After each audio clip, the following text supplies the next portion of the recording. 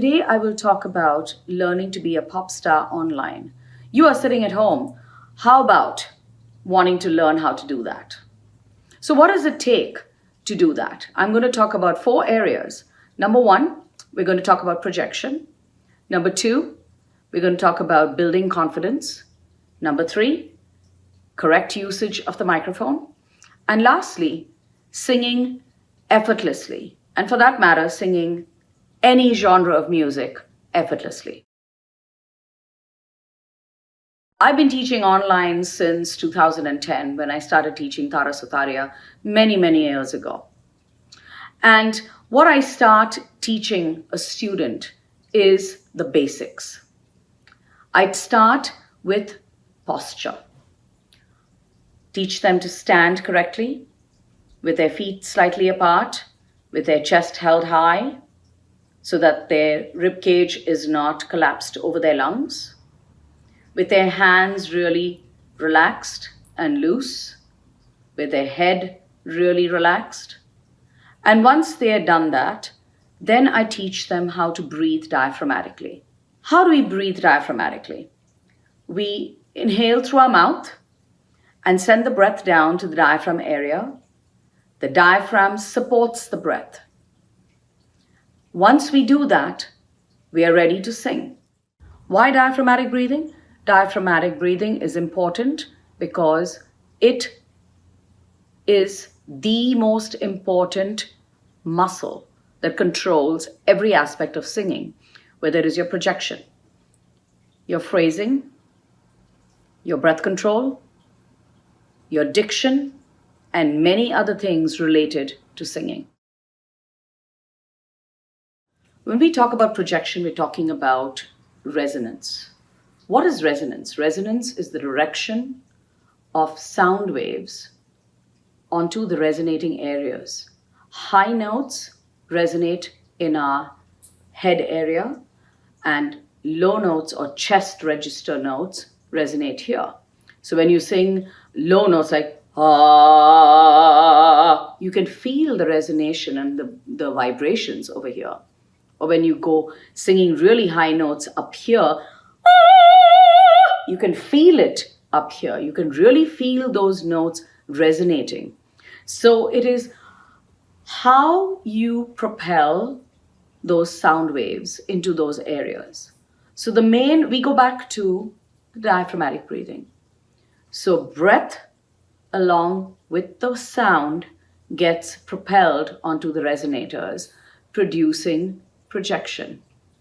So when we project our voices, it is not to sing loudly and shout. It is using diaphragmatic breathing, propelling that sound and breath onto the correct resonators, producing good projection. In order to project really well, you have to strengthen certain things. You've got to strengthen your diaphragm with certain exercises. So you breathe down into your diaphragm, hold the breath for a little bit, and then do like hissing for about 10 seconds like this.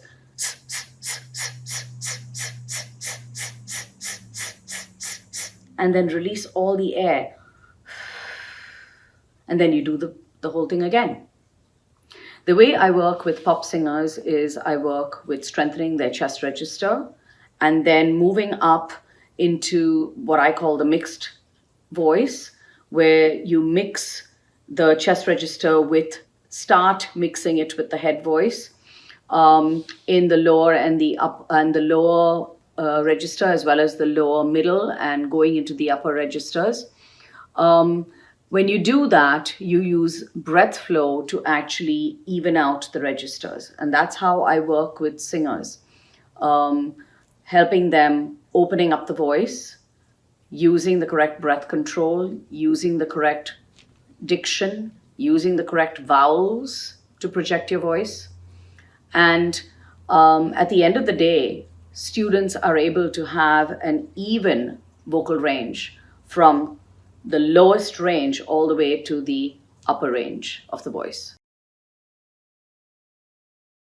So how do we do that? We work towards building our confidence by constantly first improving our vocal technique, working on repertoire and perfecting the repertoire, getting repertoire ready to perform in auditions, getting your audition list ready, making sure that your audition list is perfect, that there is no room for error.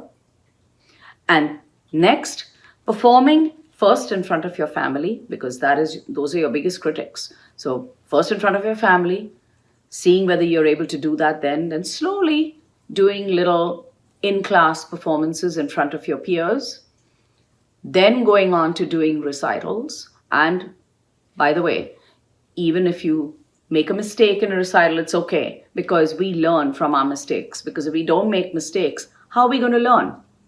That is how we learn. We make our mistakes, we learn from them, and move forward. And that is how we start to build confidence in ourselves.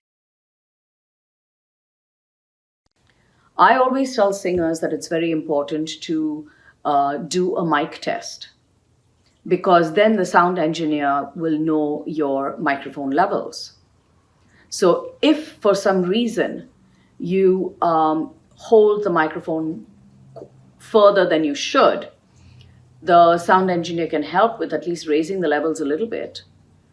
But it is your job as a singer to make sure that you are not holding the microphone too far or too close. If it's too far, the sound engineer has to work really hard on levels, and that may create feedback.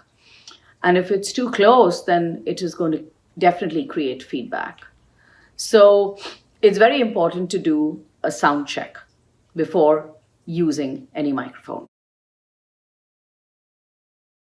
In a nutshell, lastly, I would like to talk about how you sing effortlessly. So to putting everything together, posture, diaphragmatic breathing, correct projection, using of the breath, using of the vowels, using of correct diction, all of this, opening of the mouth, making sure that you are sending the sound and the breath flow onto the resonators, whether you're singing high notes or low notes. And basically being relaxed when you are singing and not being so tensed up. Because remember, we are singing with our body. Our body is our instrument. So if we are stressed out and tensed, guess what? All that tension carries here and into the rest of our body, which creates bigger problems, because then we are not able to sing properly. We are stressing, we are pushing on the vocal cords. So the best thing that I can tell you is, before you even open your mouth to sing or do any of this that I've just talked about, is to first relax.